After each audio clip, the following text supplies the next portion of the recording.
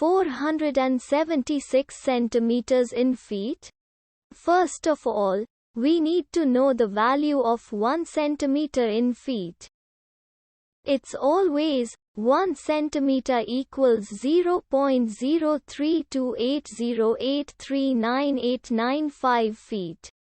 Now we have to multiply 0.03280839895 by 476.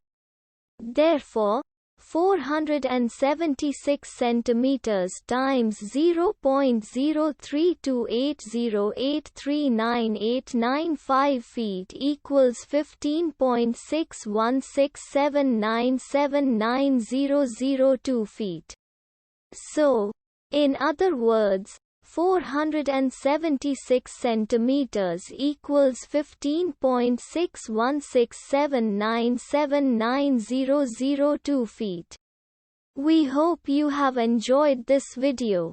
Please like and subscribe to our channel for more videos like this.